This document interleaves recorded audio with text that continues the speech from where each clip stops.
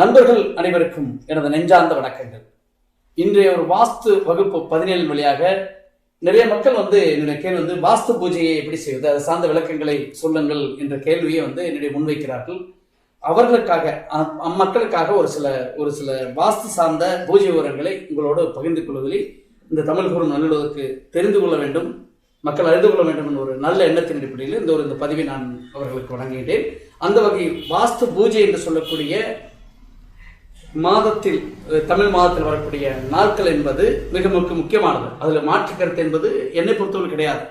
மற்ற வாஸ்தவர்களுக்கு அந்த கருத்துக்கள் இருந்தாலும் என்னை பொறுத்தவரை, ஆனால் அந்த நாள் என்பது காலற்ற தலையற்ற உடலற்ற நட்சத்திரங்களாக இல்லாமல் ராகு காலம், அந்த பூஜை வரக்கூடிய ராகு காலம், யமகண்டம் என்று சொல்லக்கூடிய அந்த நேரங்கள் வராமல், அதே போல இந்த நட்சத்திரம் என்பது இந்த நல்ல நட்சத்திரங்களாக ஒரு சுபகாரியத்தை சுபமூர்த்தம் செய்யக்கூடிய நட்சத்திரங்களாக நேத்திர ஜீவன் இருக்கக்கூடிய ஒரு நாட்களாக, நேத்திரம் என்று சொன்னால் பார்வை, ஜீவன் என்றால் உயிர், அந்த இருக்கக்கூடிய நாட்களாக இருந்தால் சிறப்பு என்பது திண்ணம்.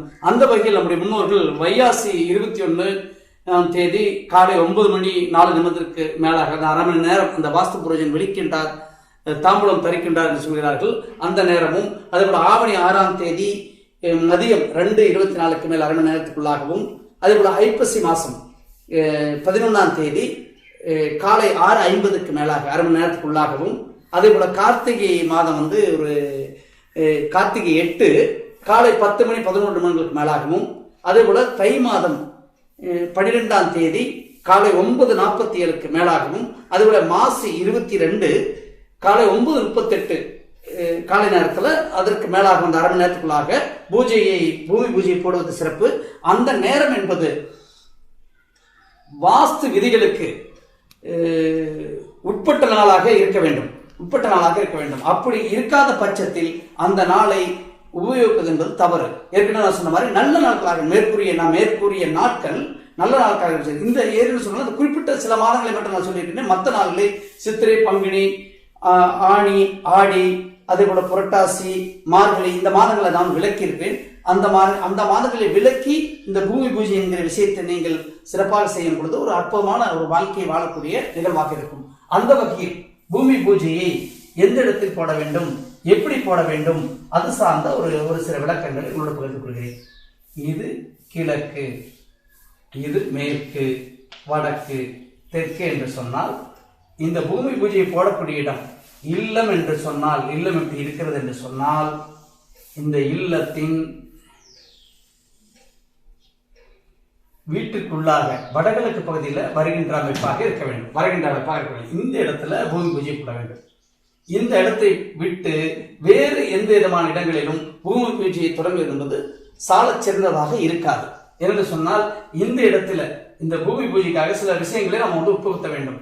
இந்த இடத்துல 1 அடிக்கு 1 அடி ஆழம், 1 அடி ஆழம் இடத்துல ஒரு குழிகளை பள்ளத்தை தோண்ட வேண்டும்.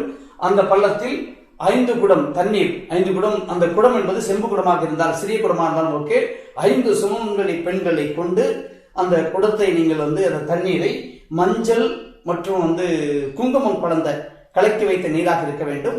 அந்த நீரினை அந்த குழி, இந்த 1 அடி ஆழத்தில், 1 அடி அகலம் 1 அடி ஆழத்தில் எடுக்கக்கூடிய அந்த குழியில நம்ம நீரை ஊற்ற வேண்டும். அந்த நீர் என்பது, அந்த நீரில் நம்ம கங்கை ஜலமாக இருக்கலாம், கூட இருக்கலாம், அதில் கலந்து விடலாம். நம்ம போர் ஓற்றிருப்போம், நம்முடைய கிணறு இருக்கும், அந்த நீராக இருக்கலாம். உங்க ஊருக்கு பக்கத்தில் இருக்கிற ஓடை குளங்கள் சார்ந்த நீராக இருக்கலாம், காவேரி தண்ணீராக இருக்கலாம், இப்படி நதிகள் சார்ந்த கோதாவரி தண்ணீராக இருக்கலாம், அது ஒரு தாமிரபரணி தண்ணீராக இருக்கலாம், அது வைகை ஆற்றின் தண்ணீராக இருக்கலாம். இப்போ இந்த தண்ணீரை நீங்கள் ஆற்று நீரை, அந்த நீரை அந்த குழியிலே விடுவது சாலச் சிறந்தது. இந்த விட்ட பிறகு அடுத்த ஒரு வேலையை நீங்கள் செய்ய வேண்டும். என்னென்னு சொன்னால், நம்ம வடக்கு தமிழ்நாடு பகுதிகளில் வெப்பாலை மரம் என்று சொல்லக்கூடிய அந்த மரத்தினுடைய கிளையை பாலக்கோள் நடுதல் என்கிற ஒரு நிகழ்வாக வைத்திருப்பார்கள். முகூர்த்த நிர்ணயம் என்று சொல்லக்கூடிய திருமண நிகழ்வாகட்டும், அதே போல புதுமனை சார்ந்த ஒரு காரியத்தை தொடரக்கூடிய நிகழ்வாகட்டும், அந்த வெப்பாலை மரத்தை முழுமையாக வைத்து அந்த நிகழ்வுகளை நம்முடைய முன்னோர்கள் செய்வார்கள். அதே போல தெற்கு தமிழ்நாடு பகுதிகளில் பாச்சாங்கோடு என்று சொல்லக்கூடிய சில மர வகைகளை, அந்த பால் சார்ந்த மரங்களை உபயோகிப்பார்கள். அந்த வகையில் என்னுடைய ஆராய்ச்சிப்படி என்னுடைய தமிழ்நாட்டில் நான் அதிக இடங்களுக்கு சென்றவர் என்ற வகையில் பாலக்கோல் என்கின்ற மரம் தான் இந்த இடத்துல வந்து முதன்மை பெறுகிறது.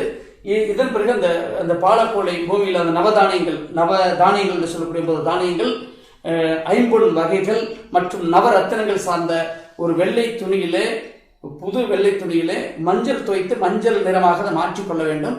அந்த துணியிலே முடிந்து அதை இந்த கட்டடத்தை தொடங்கக்கூடிய நீங்கள் அந்த பூஜையை வந்து புரோகிதரை வைத்து கூட நீங்கள் செய்து கொள்ளலாம், உங்களுடைய வசதி வாய்ப்புகளை பொறுத்து. அல்லது நீங்கள் நம்ம கட்டடம் கட்டக்கூடிய மேஸ்திரிகளாக இருந்தாலும் அந்த வேலையை வந்து செய்வது சால சிறந்தது. அந்த நாளிலே ஒரு சுப முகூர்த்த நாளிலே வாஸ்து நாள் என்று வந்தால், நான் சொல்லக்கூடிய மேற்படி சொன்ன நாள்களில் நல்ல நேரம் நேத்திரஜம் இருக்கக்கூடிய விஷயமாக இருந்தால் அந்த நாளில் நீங்கள் தொடங்கிக் கொள்ளலாம். அதை தொடங்கவில்லை என்று சொன்னால் ஒரு நல்ல முகூர்த்த வடபடி முகூர்த்த நாள் இருக்கக்கூடிய பஞ்சமி திதி கூடி வரக்கூடிய ஒரு நாளிலே அந்த நிகழ்வை செய்வது சால சிறந்தது. பஞ்சமி தசமி திதிகளை நீங்கள் எடுத்துக்கொள்ளலாம், ஏகாதசி திதி, இந்த மாதிரி திதிகள் நீங்கள் நல்ல திதிகள் எடுத்துக்கொள்ளலாம். இந்த இடத்துல விளக்கு என்பது சதுர்த்த திதி விளக்கப்பட்ட ஒரு நாளாக எனது பயணத்தில் இருக்கிறது. பிறகு அந்த இடத்துல 9 செங்கற்களை ஒன்றொன்றாக அடுக்கிக் கொண்டு ஒரு தலைவாழைகளை வைத்து, தலைவாழையில் அவல், சர்க்கரை, நாட்டு சர்க்கரை, அதே போல வந்து வெல்லம் கலந்த ஒரு கலவையை நீங்கள் வைத்து, கூட வந்து ஒரு 5 கனிகளை வைத்து இந்த பூஜையை நீங்கள் வந்து ஒரு பூமி பூஜையை நிறைவு செய்ய வேண்டும். அந்த பூஜையின் போது புரோகிதராக இருக்கிற பட்சத்தில் வாஸ்து காயத்ரி, அது அஷ்டதிக்க பாடல்கள், துதிகள் போன்ற விஷயங்களை அவர் மூலமாக செய்வது சால சிறந்தது. அப்படி இல்லை என்று சொன்னாலும் நம்ம வந்து எந்த திசையிலான இந்திர பகவானை போற்றி, அதே போல கிழக்கு திசைக்கு உரிய இந்திர பகவானை போற்றி, அக்னி திசையில் அக்னி பகவானை போற்றி, அதே போல தெற்கு திசையில் யம பகவானை போற்றி, மேற்கு திசையான அதாவது தென்மேற்கு திசையான நைதி பகவானை போற்றி, மேற்கு திசையான வருண பகவானை போற்றி, வடமேற்கு வாயு பகவானை போற்றி, வடக்கு திசையான குபேர பகவானை போற்றி என்ற எந்த திசை பாலகளை நம்ம வந்து நினைத்துக் கொண்டு, நம்முடைய முன்னோர்களை நினைத்துக் கொண்டு, நம்முடைய குலதெய்வத்தை நினைத்துக் கொண்டு, நம்முடைய இஷ்ட தெய்வத்தை நினைத்துக் கொண்டு இந்த பூஜையை நிறைவு செய்ய வேண்டும். இந்த பூஜையை நிறைவு செய்யும் போது 2 ஆண்களும், தம்பதிகளாக இருக்கக்கூடிய 2 ஆண்களும் 3 பெண்களாக இணைந்து இந்த பாலக்கோல் என்று சொல்லக்கூடிய அந்த நிகழ்வினை நட வேண்டும். அந்த நடும் பொழுது ஒரு நாட்டு மாட்டு பசும் பாலை வந்து அந்த எல்லாரும் அந்த கையிலே பிடித்துக் கொண்டு, அந்த நிகழ்வுக்கு யார் யார் வந்திருக்கிறார்களோ அந்த நிகழ்வு சார்ந்த அனைவருமே வந்து அந்த பாலை வந்து அந்த குளிர் வழியாக நம்ம வந்து அந்த பள்ளத்திற்கு நம்ம விட வேண்டும், மரத்தின் வழியாக பள்ளத்திற்கு விட வேண்டும். இந்த நிகழ்வு என்பது மிக மிக முக்கியமானது. இந்த நிகழ்வு என்பது அந்த இடத்தை, ஒரு தோஷத்தை சுத்தம் செய்ய, அந்த இடத்தில் இருக்கக்கூடிய தோஷங்களை சுத்தம் செய்யக்கூடிய ஒரு நிகழ்வாக கூட எடுத்துக்கொள்ளப்படுகிறது. முடிந்தால் கற்பப்பேலை செய்து நீங்கள் அந்த கற்பப்பேலையை பிரதிஷ்டை பண்ணலாம், சிறப்பான ஒரு விஷயம். அது வந்து நிறைய மக்கள் செய்வதில்லை. இந்த வாஸ்து பூஜை என்பதை நீங்கள் நிறைவு செய்தால் கூட, முறையாக செய்தால் ஒரு சால சிறந்தது. அந்த இடத்துக்கு ஒரு புரோகிதரை அழைத்து செய்வது சில அந்த இடத்தின் தோஷங்களை விளக்கக்கூடிய ஒரு நிகழ்வாக படும் என்பது எனது பயணத்தில் உணர்ந்த விஷயம். அடுத்ததாக இந்த மண்களை கொண்டு, அந்த மண்ணை நீங்கள் அந்த பள்ளம் நோண்டி இருப்போம், அந்த பள்ளத்தை நோண்டும் பொழுது பள்ளத்தை இந்த நிகழ்வெல்லாம் முடிந்த பிறகு அந்த பள்ளத்தை அந்த மண்ணால் நிரப்ப வேண்டும்.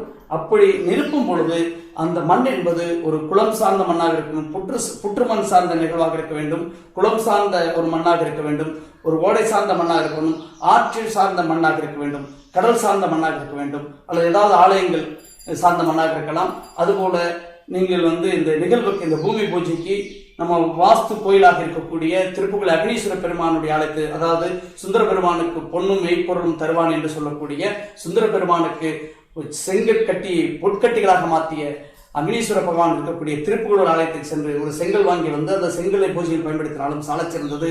அதே போல ஆண்டாள் கோயிலுடைய ஆண்டாள் பிறந்த மண் என்கின்ற அந்த மண்ணை எடுத்து வந்து அதனில் கலந்து அந்த அந்த பள்ளத்தை ஒரு மூடுகின்ற ஒரு நிறைவு செய்கிற ஒரு நிகழ்வாக செய்தாலும் சாலச்சிருந்தது. ஆனால் இந்த நிகழ்வுகள், இந்த மண் எடுக்க செல்லக்கூடிய நாட்கள் ஒரு நல்ல முகூர்த்த நாட்களாக இருக்க வேண்டும். நீங்கள் குளத்திற்கு மண் எடுக்க சென்றாலும் சரி, ஒரு புற்று மண் எடுக்க சென்றாலும் சரி, அந்த நிகழ்வு என்பது ஒரு நல்ல நாளாக இருக்க வேண்டும். அதன் பிறகு இந்த பூஜையை நிறைவு செய்து அனைவர்களுக்கும் அவல் சர்க்கரை கலந்த இனிப்புகள் வழங்கி அனைவருக்கும் இந்த நிகழ்ச்சியை நிறைவு செய்ய வேண்டும். அதற்கு பிறகு கூட வந்திருக்கிற இப்ப நீங்க ஒரு வீடு கட்டுவீங்க என்று சொன்னால் உங்களுடைய உடன் பிறந்தவர்கள் இருப்பார்கள், உங்களுடைய சகோதரிகள் இருப்பார்கள். சகோதரிகளுக்கு ஒரு ஆடைகள் கொடுத்து அங்க இருக்கக்கூடிய வந்திருக்கக்கூடிய அந்த சுமங்கலி பெண்கள், நீங்க யாரை இந்த முகூர்த்தத்துக்காக வரவழைத்திருக்கிறீர்களோ அவர்களுக்கு 5 சுமங்கலி பெண்கள் இருக்கிறார்கள் சொன்னால் அந்த 5 சுமங்கலி பெண்களுக்கு ஒரு ஆடை சார்ந்த ஒரு ஒரு துணிமணிகளை வழங்கி கௌரவிப்பது இன்னும் ஒரு இந்த பூஜையை மெருகூட்டக்கூடிய ஒரு செயலாக நம்முடைய வளர்ச்சி, அந்த கட்டிடம் ஒரு தடையில்லாத ஒரு நிகழ்வை கொடுக்கக்கூடிய ஒரு நிகழ்வாக இருக்கும். அதே போல இந்த விஷயத்துல பூமி பூஜையை நிறைவாக செய்த பிறகு வாஸ்துவின் அமைப்புல அந்த கட்டிடம் இருக்கும் பொழுது ஒரு அற்புதமான எந்த தடைகளும், பணம் இருக்கின்றதோ இல்லையோ, அதை அந்த கட்டிடம் என்பது முழுமையாக நிறைவு விரும்புவது என்பது திண்ணம். அதே போல வாஸ்து பூஜையை எக்காரணம் கொண்டும் நிறைய மக்கள் தென்மேற்கு பகுதியில் செய்கிறார்கள்.